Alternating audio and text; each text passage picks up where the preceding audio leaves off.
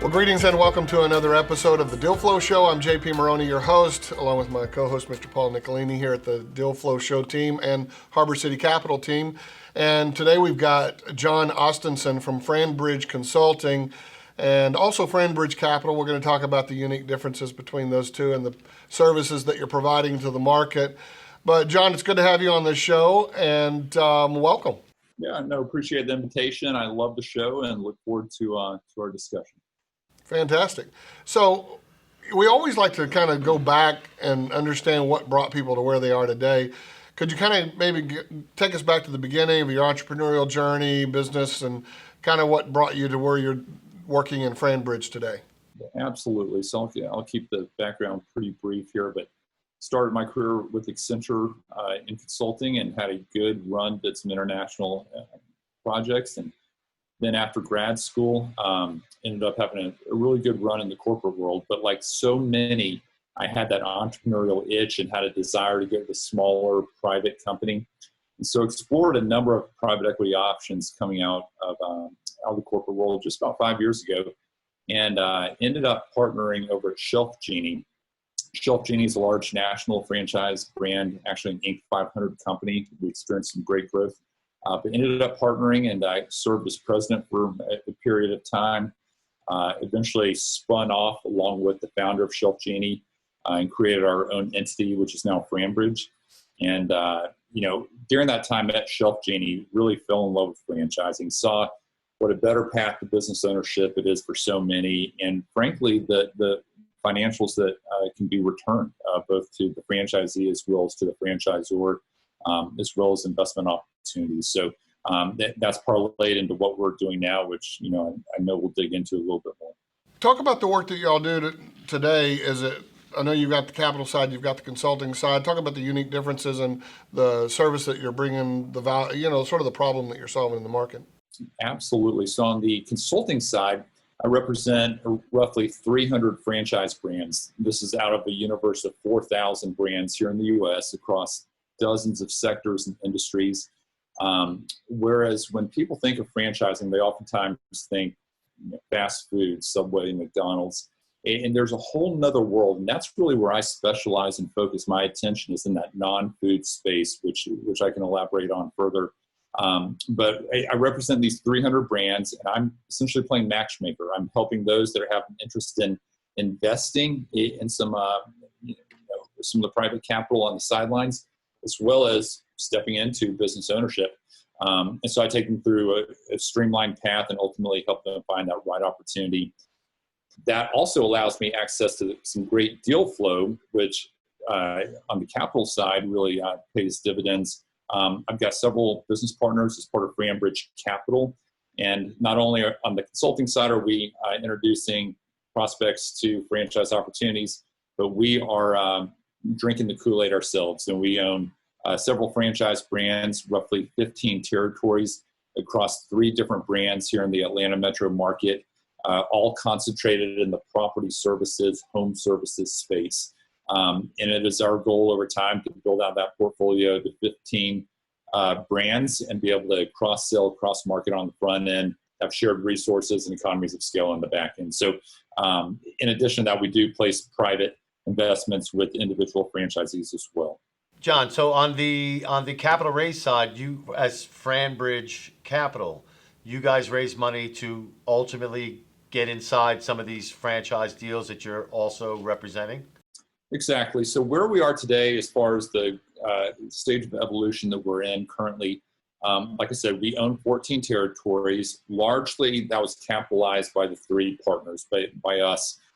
However, we are conducting a raise currently. We're about 75% complete for that funding that will allow us to go faster with our goals around those businesses and acquiring additional businesses. Then we also play in a more passive advisory manner where, an example there would be, I recently took a 49% interest in a driveway repair franchise in which someone else, instead of using an SBA loan or self-funding, they came to us and we provided the capital there. So we've done a few of those deals. I'll say it's earlier in our journey right now from a rollout standpoint, but that is the direction that we're heading. Under what regulation are you raising capital? Yeah, Reg D. I see. And what's the amount? What's the goal that you're trying to raise? Yeah, in the $500,000 ballpark. So we're not talking huge numbers, but we're some good working capital that allows us to get into these additional territories and brands. Not to talk about capitalizing on the negative, but having the ecosystem or the universe that you operate in, do y'all get opportunities to buy up distressed franchises as well? With the ones that we focused on so far, it's more greenfield where we are buying into a new entry into the market. However, I do a good number of deals that are more distressed. We did one 2 weeks ago that was a fitness concept. Great business. The owner fell on some health issues, unfortunately, and we were able to pick that up for quarters on the dollar. Oh, nice. So, talk about your own deal flow process. When y'all are putting together a deal, you're obviously bringing together multiple parties to the table. What is your process for due diligence and looking at opportunities? Can you kind of walk us through that?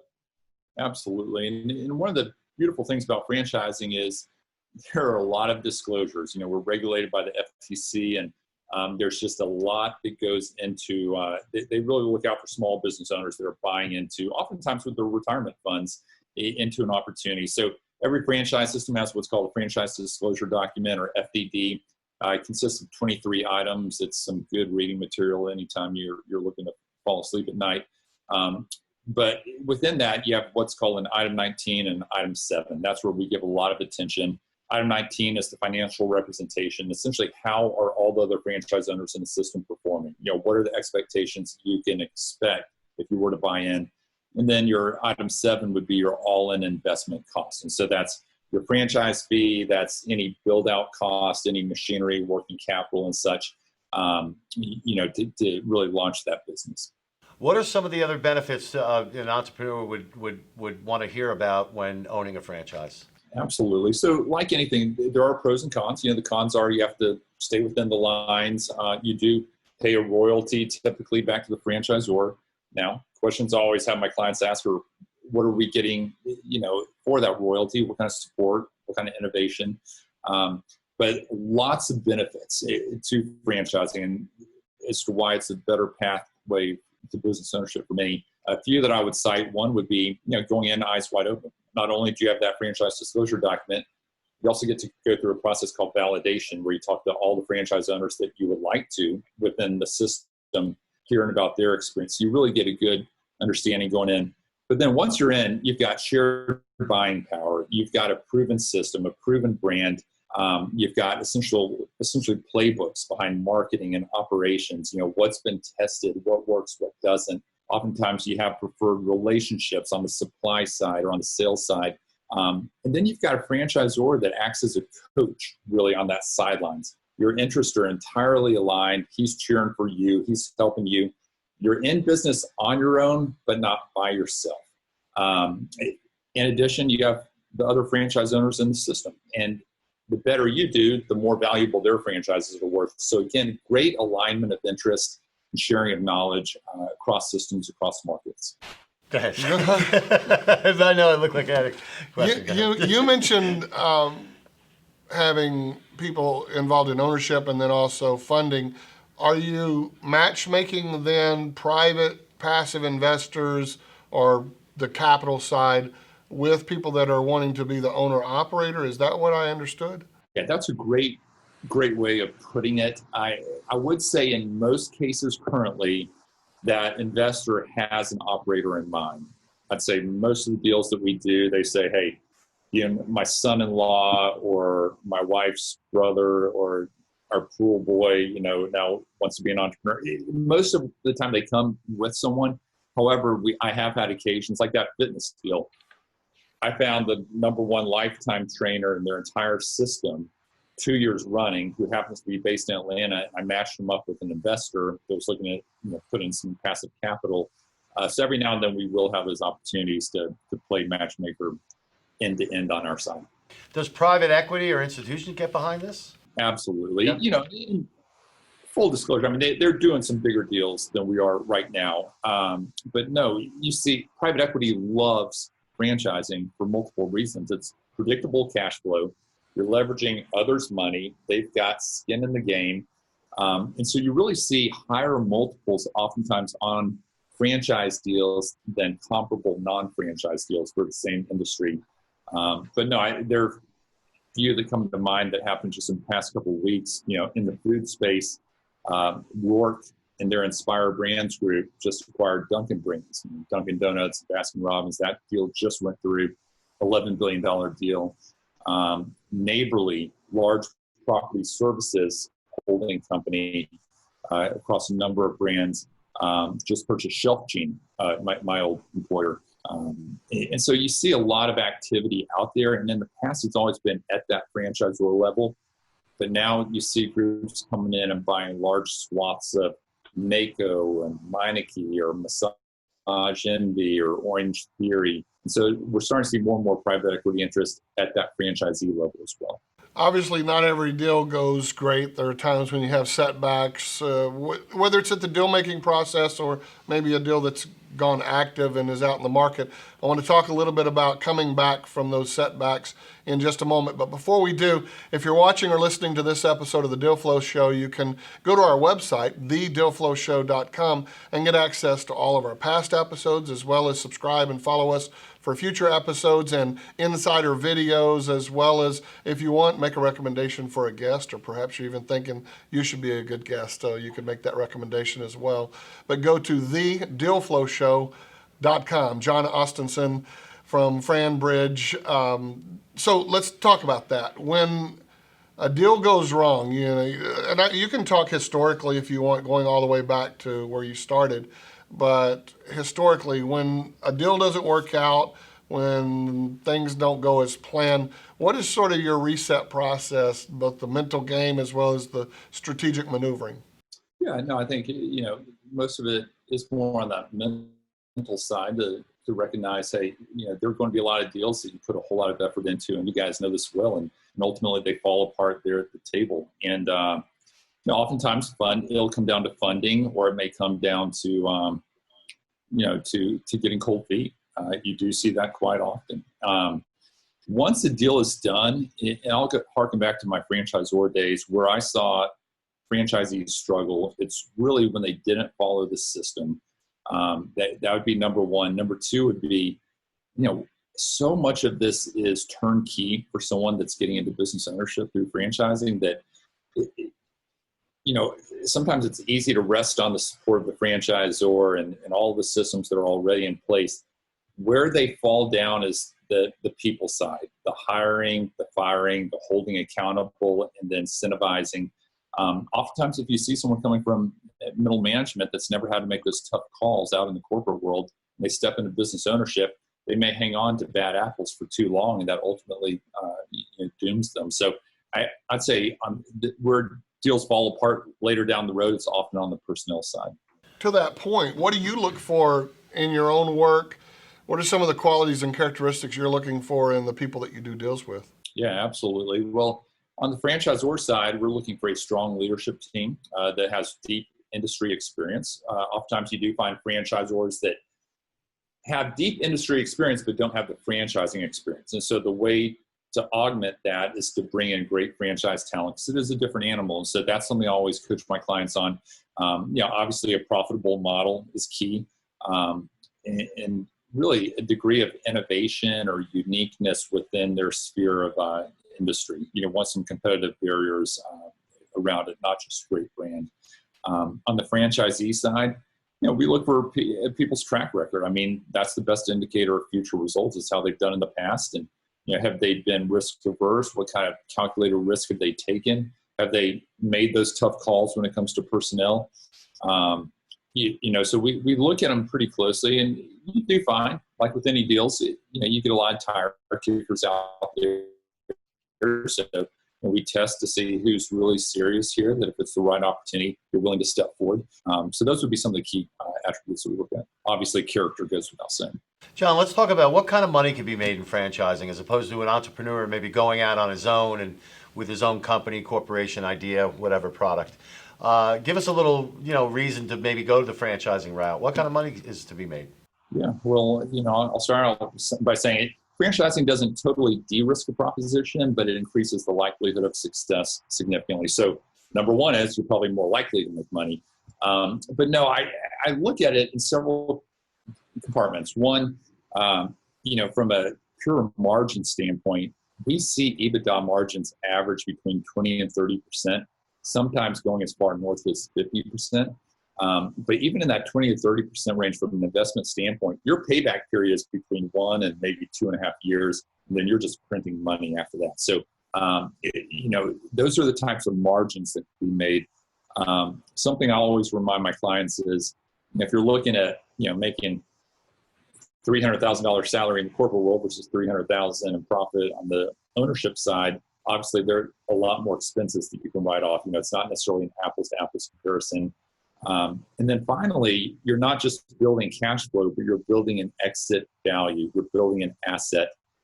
I've got some clients that only want to buy into resale of existing franchise businesses. And sometimes they're hard to find because people tend to hold on to these businesses for a long time. But ultimately, when they do decide to sell, whether you're selling at a 3 times EBITDA multiple or a 6, you should typically, as long as you run it halfway decent, be able to sell it for more than what you put into it. And so you're building an asset, not just cash flow. What kind of franchises do you see in 2021 that are going to be in the hot, let's say, sector? Yeah, and I think the trend has already started. A couple of segments that I really like, property and home services. It's a $500 billion market. It was doing well prior to COVID. COVID hit. It's seen as an essential service. That's continued to do very well. Lots of interest there in the market. Things as non-sexy as roll-off dumpsters or the ServPros mitigation type companies. That's where we're seeing a lot of interest right now. Fitness was hot in the past. I do think it'll come back. You'll have some winners and losers. So I think that'll be one sphere.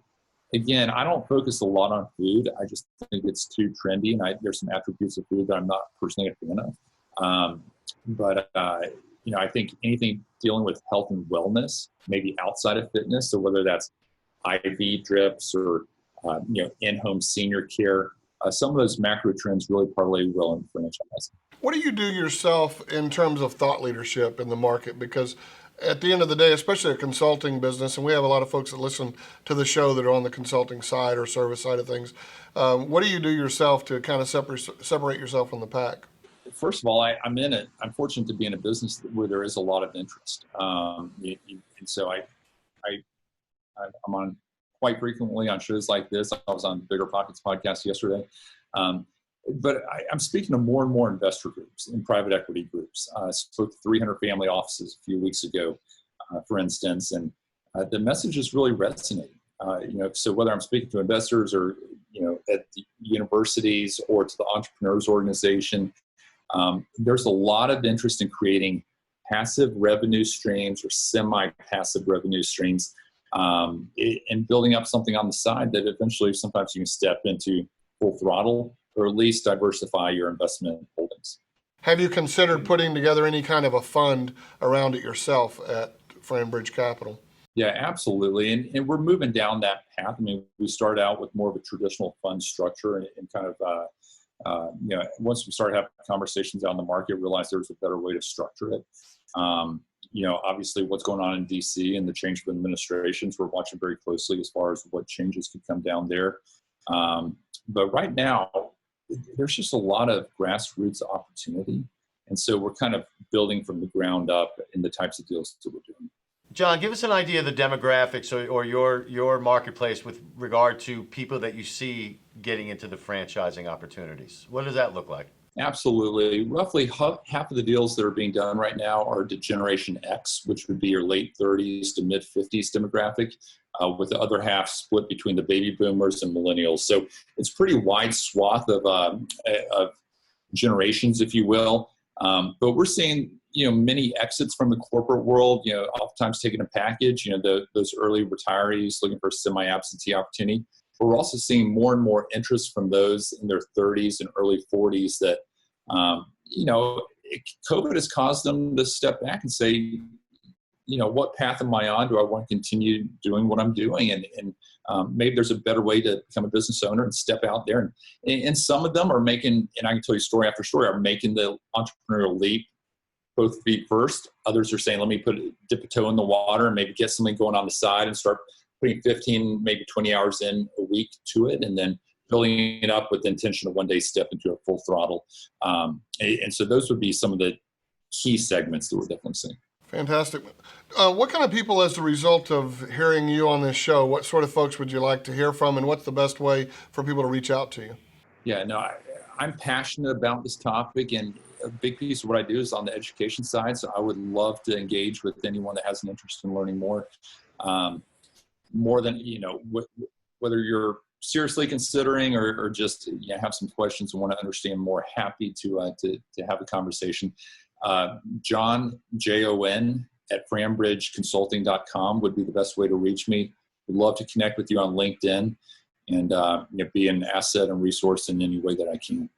That's fantastic. We've got some projects we're working on. We'll be back in touch with you that potentially could fit really well inside that franchise model. Jon Ostenson, FranBridge Consulting and FranBridge Capital. Good to have you on the show. And if you're watching or listening to this episode of the Deal Flow Show, you can get access to our previous episodes and subscribe and follow us for future episodes by going to thedealflowshow.com. You can also get access to us on YouTube and nearly every video and audio podcasting platform out there known to mankind.